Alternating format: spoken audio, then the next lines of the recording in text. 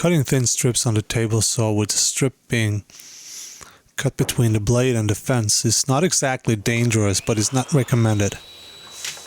The piece could get jammed between the fence and the blade and be thrown back at you.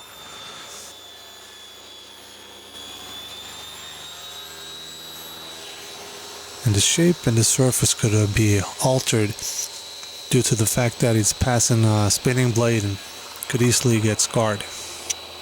So it's a lot safer to cut it on the left side of the blade. There's a lot of ripping jigs to be found online, so I've collected some of the ideas that I saw online and made a digital version for accurate adjustments.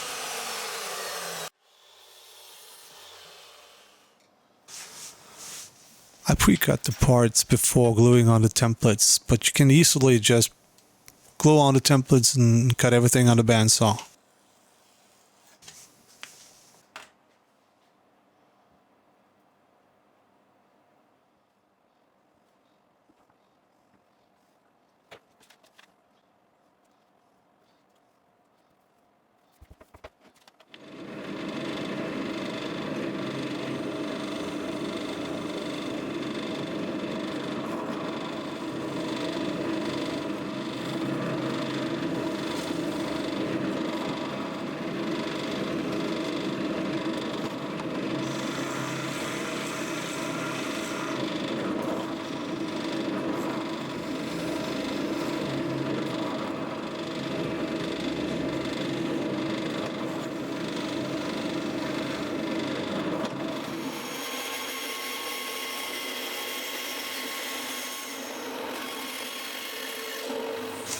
Parts are given their final shape on the disc sander, also rounding off the corners.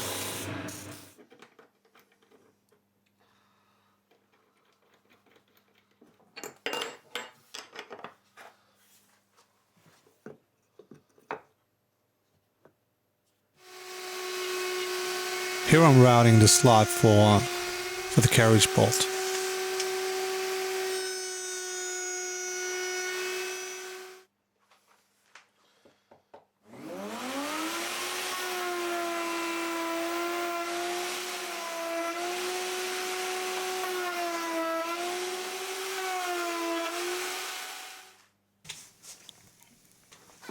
The homemade digital height gauge comes in handy when getting the final position for the slots.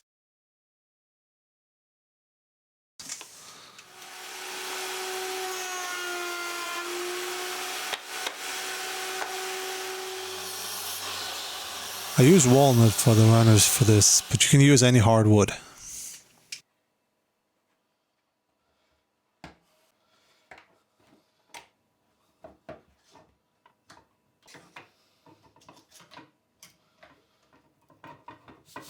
Some final tweaking of the runners to give it a nice slide.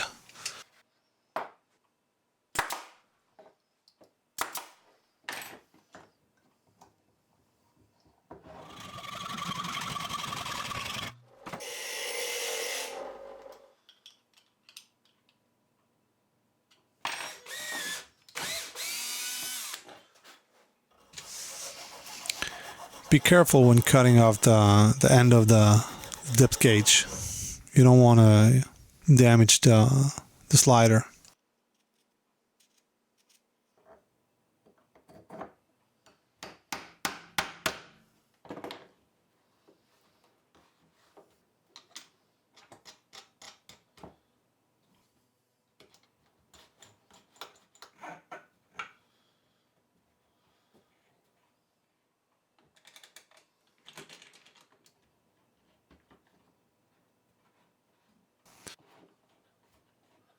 Mark the position and glue the block in place.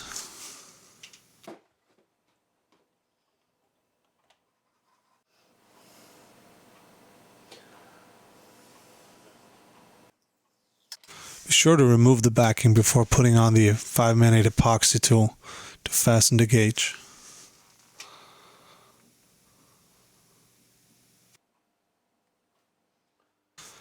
The jig is constructed to take on a bar for a miter gauge. But I don't have any miter gauge on my saw, so I just put 2 dowels in it. But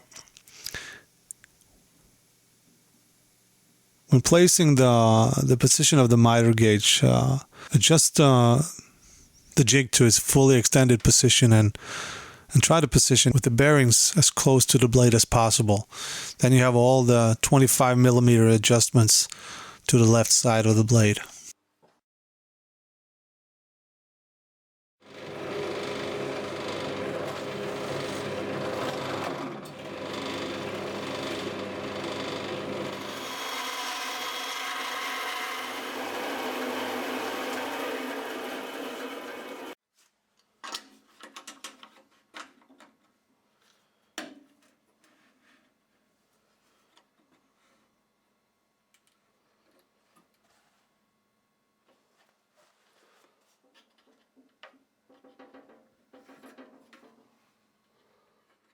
As you can see, I don't have any miter slots, so I just used 2 dowels.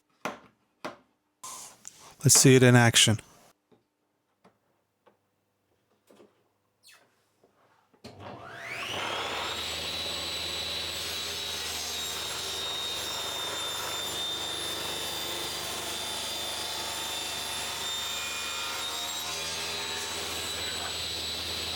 The good part is that you don't have to do any measuring. You just put the piece up to the bearings and butt the fence up against it and rip away.